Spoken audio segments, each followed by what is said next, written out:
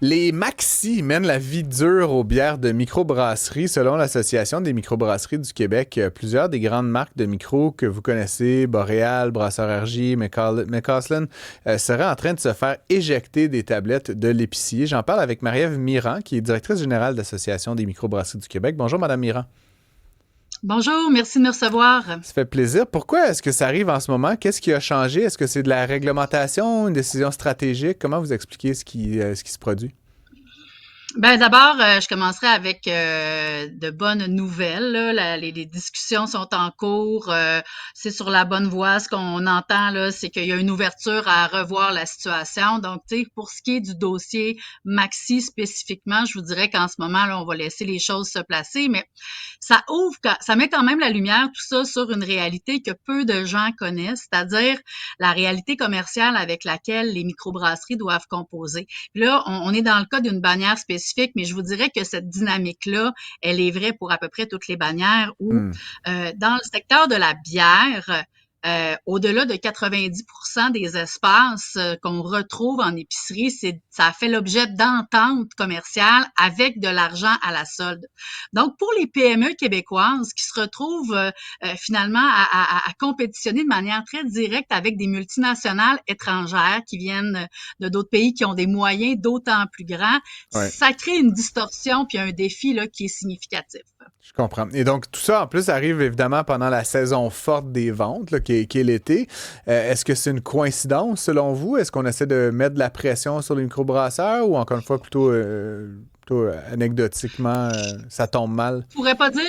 Je pourrais pas dire si c'est une décision qui est tu sais, stratégiquement réfléchie ou si c'est un add-on, mais bon, évidemment, ça rajoute un peu de pression là, de trouver une solution favorable à ce dossier-là parce que il y a quand même un écart de presque 30% entre le volume de bière qui est consommé l'été, là, au juillet, août, versus au cœur de l'hiver. Là. Donc, on a vraiment une saisonnalité qui est Mhm. importante dans notre industrie.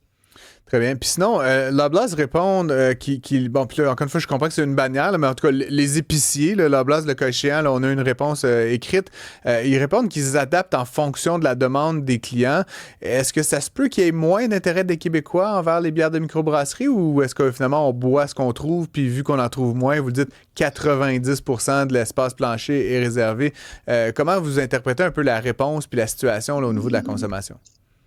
Ben, Monsieur Gosselin, je pense que vous saisissez très bien là, le chien qui court après sa queue, là, où tu sais, plus il y a de présence sur les tablettes, plus les consommateurs achètent, plus ils achètent, plus il y a de la présence sur les tablettes. Et ce cercle-là il devient vicieux quand on est dans un sens qui est autre.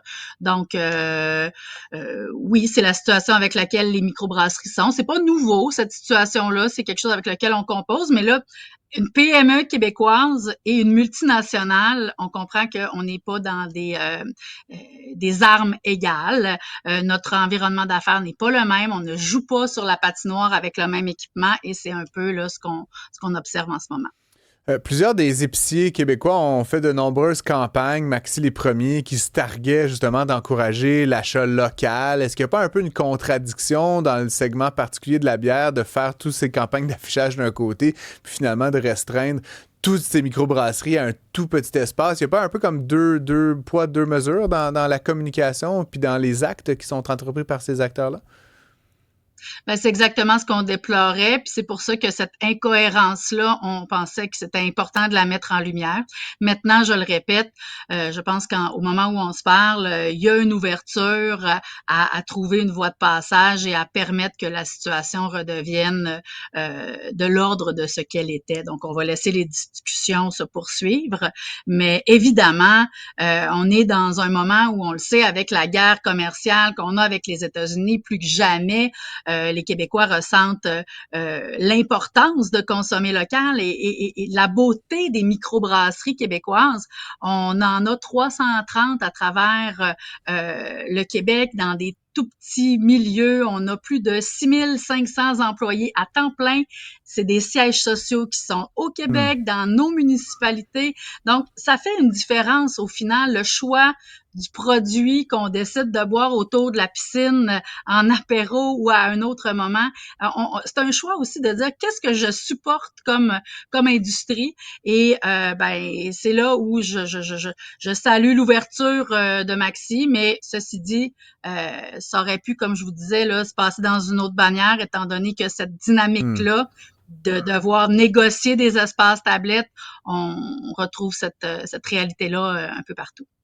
On a vu ces dernières années quand même l'éclosion d'un très grand nombre de nouvelles entreprises dans le domaine de la microbrasserie. Certains disent qu'il y en a trop. Bon, vous allez me dire, vous êtes la DG de l'association, que il y en a jamais assez. Il y en a jamais assez peut-être, Marie-Ève Meyrand, mais quand même, j'aimerais un peu vous entendre là-dessus justement. Est-ce qu'il y a trop d'offres, puis justement, s'il n'y avait pas autant de toutes petites structures, est-ce qu'on n'aurait pas peut-être un plus grand pouvoir comme l'ont par exemple les grandes multinationales qui, comme vous dites, là, ont des stratégies un peu des fois prédatrice là, par rapport à l'espace de plancher. J'ai l'impression qu'on se bat à comme 300 contre 3. C'est sûr que la voix de chacune est peut-être moins forte, là, par exemple, que s'il y avait plus de consolidation dans l'industrie. Ben, on est en ce moment dans une phase de consolidation. Là. On comprend que l'économie en tant que telle, là, on la sent un peu plus sous pression. Là. Donc, Mhm. évidemment, pour les consommateurs, ça les amène à faire des choix.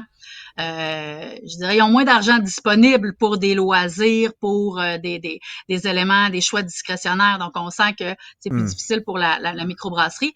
Maintenant, même si on consolidait l'ensemble des microbrasseries au Québec, là, on produit à peu près 500 000 hectolitres.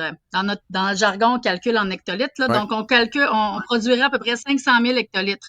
L'usine de Molson, seulement à Longueuil, est au-delà de 2 millions. Donc, on comprend que malgré tout ça, on est dans Mm. des réalités opérationnelles qui sont complètement différentes. Donc, on peut pas comparer, on compare des pommes et des patates, là. Donc, évidemment, il y a des microbrasseries qui, en ce moment, ferment leurs portes. Il y en a quelques-unes. Il y en a qui continuent de se développer. C'est très difficile pour les microbrasseries. Il y a personne qui ramasse rien à terre. Ils travaillent fort, sont là dans leur Mm. milieu, puis, tu sais, ils se troussent les manches. Donc, c'est ça. C'est d'autant plus important d'être cohérent et de supporter nos entreprises bien de chez nous. Des pommes et des patates, ou comme on dit dans l'industrie, du cidre ou de la vodka. Fred Bastien, qu'est-ce Ouais. que tu fais de tout Ben, ça, toi? je- Je suis avec Fred Bastien en studio, Madame Mira. Bonjour, Madame Mira. Je me posais Bonjour. la question, là, au-delà des impacts économiques, là, que c'est sain d'acheter local, acheter ici, est-ce qu'il y a aussi une différence dans la qualité des produits au niveau des microbrasseries par rapport à d'autres formes d'alcool? Ben, je vais vous parler de ce que les microbrasseries font elles-mêmes.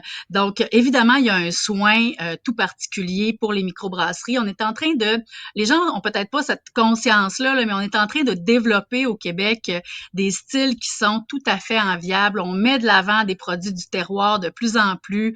On crée des hybridations de styles. Il y a toute la filière microbrassicole où on essaie de faciliter, d'augmenter l'utilisation des matières premières du Québec dans les bières de microbrasserie. Donc, tout ça, c'est des choses qu'on fait et la passion que ces brasseurs-là, ils mettent au quotidien à faire rayonner leur région, leur entreprise. Il y a des pubs dans une vaste majorité des microbrasseries. C'est la belle saison, la saison estivale, là, justement, ben, tu sais, les gens en profitent pour visiter les microbrasseries et c'est souvent un bon clin d'œil ou une belle vitrine par rapport à ce que la région produit puis fait de mieux. Là. Je sais pas pour vous, mais moi, écoutez, une entrevue comme celle-là, ça me donne vraiment, vraiment soif. Madame Mirand, je rappelle que vous êtes C'est directrice l'heure! générale de l'Association des microbrasseries du Québec. Bon courage pour la suite, bon été à vous et au plaisir. Merci, bon été!